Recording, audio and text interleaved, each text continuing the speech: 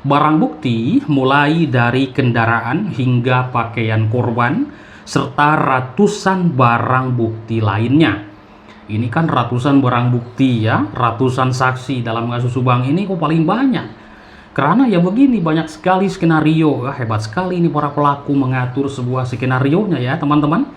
Hingga tahunan tidak terungkap. Sementara itu Yosef Hidayah, tersangka utama dalam kasus pembunuhan istri dan anaknya tersebut, saat ini mendekam di sel tahanan Lembaga Pemasyarakatan kelas 2A di Lapas Subang. Teman-teman, saya sudah sangat siap untuk menjalani persidangan dan ingin segera membuktikan bahwa saya tak bersalah dan hanya menjadi korban fitnah.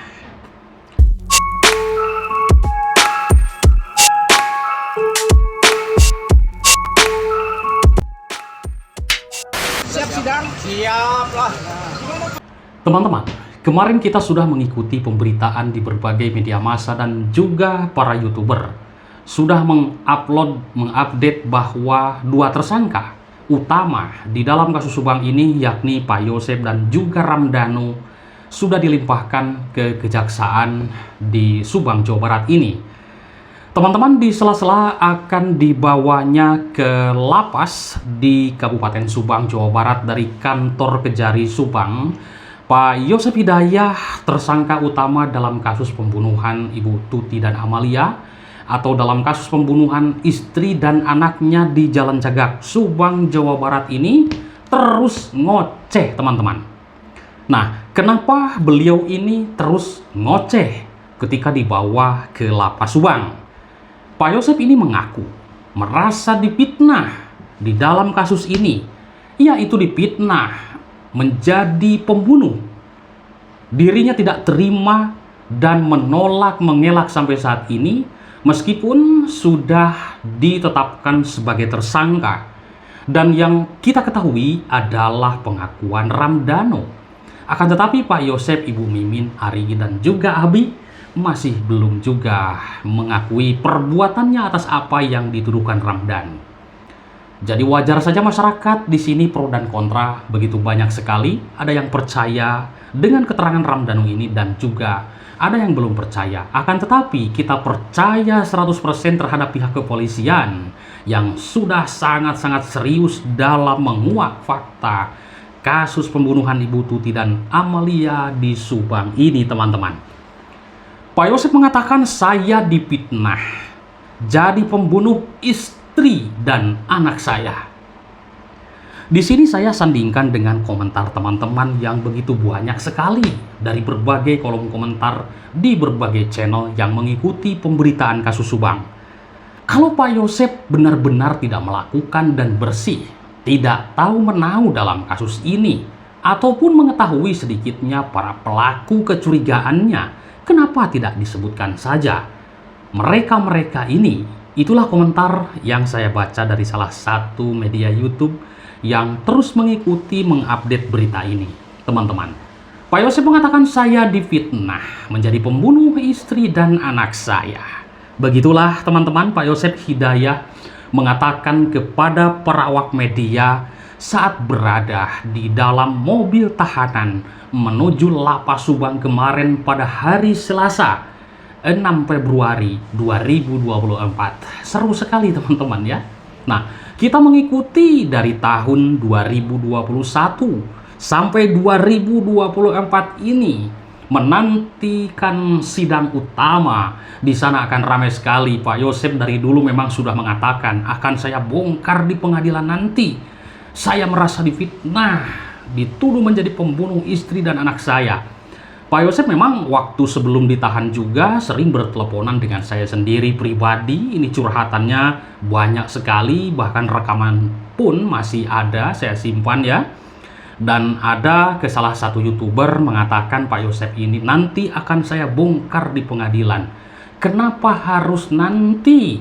Kalau misalkan Pak Yosef benar-benar tahu masalah kasus ini, ya syukur-syukur tahu benar-benar pelaku utama, dalang utama, kenapa tidak dikatakan dari sekarang? Beliau hanya misalkan ini tidak bersalah, ya kan? Misalkan.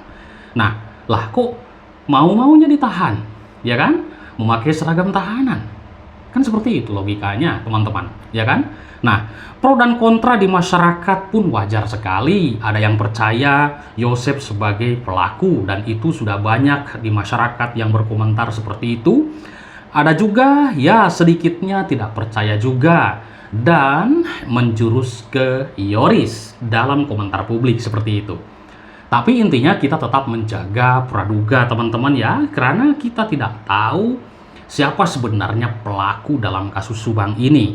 Intinya berarti sesudah nanti persidangan yang akan menentukan siapa yang benar-benar pelaku, siapa yang benar-benar berbohong, keterangannya, dan masih banyak lagi. Nah, Pak Yosef juga mengancam, yaitu fitnah pada dirinya. Menurut Pak Yosef, nanti akan dibuktikan di persidangan, tuh kan? Nah, nanti sesudah persidangan di sini akan seru sekali.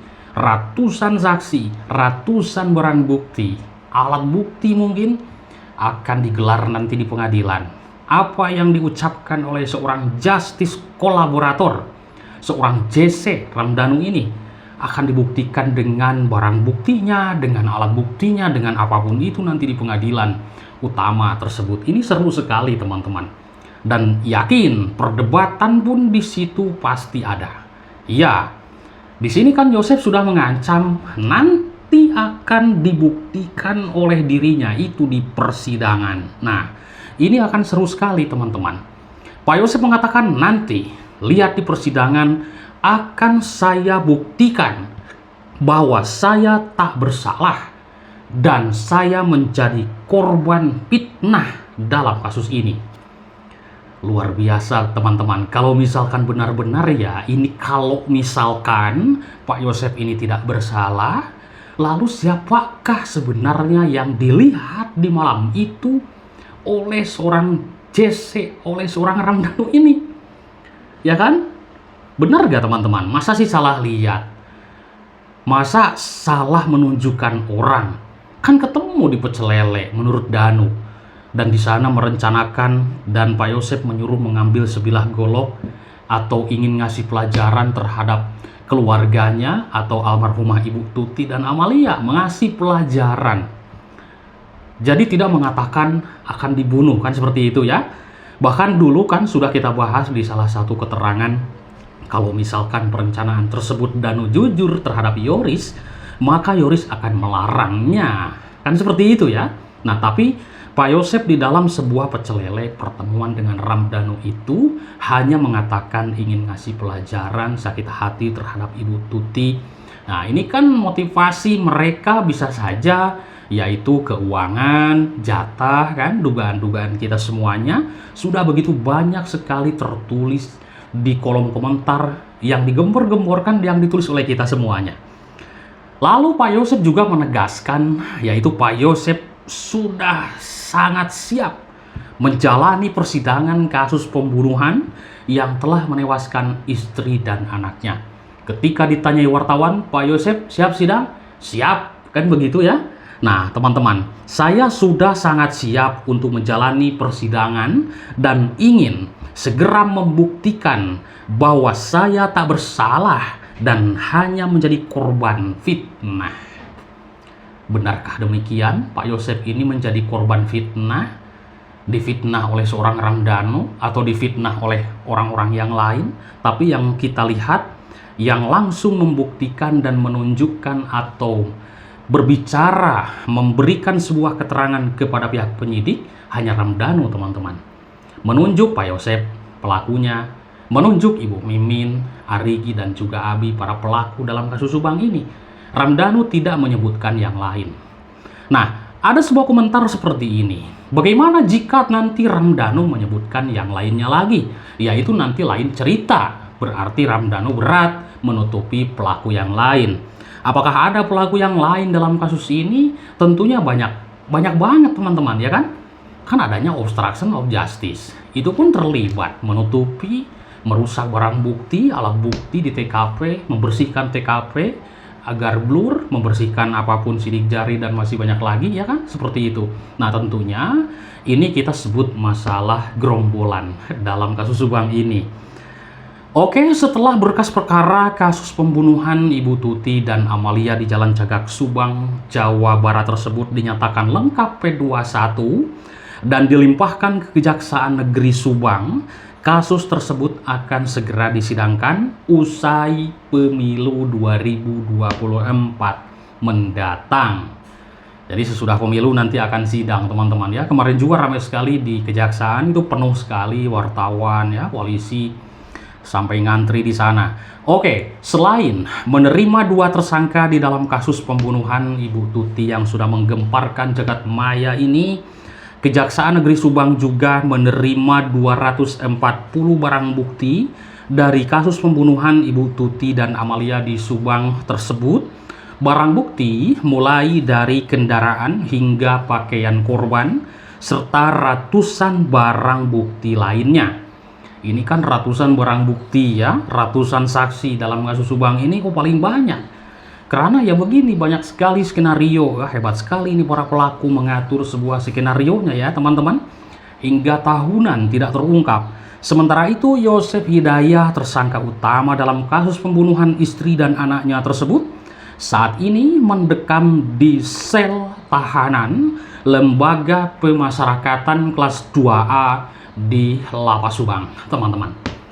Jadi kemarin waktu di bawah itu ngoceh-ngoceh, saya difitnah. Ya mungkin intinya seperti itu. Saya tidak membunuh anak dan istri saya. Nanti akan saya buktikan di pengadilan. Luar biasa. Nanti kita lihat kebenarannya di pengadilan, di persidangan. Seorang Jesse akan membongkar semuanya dari awal sampai akhir.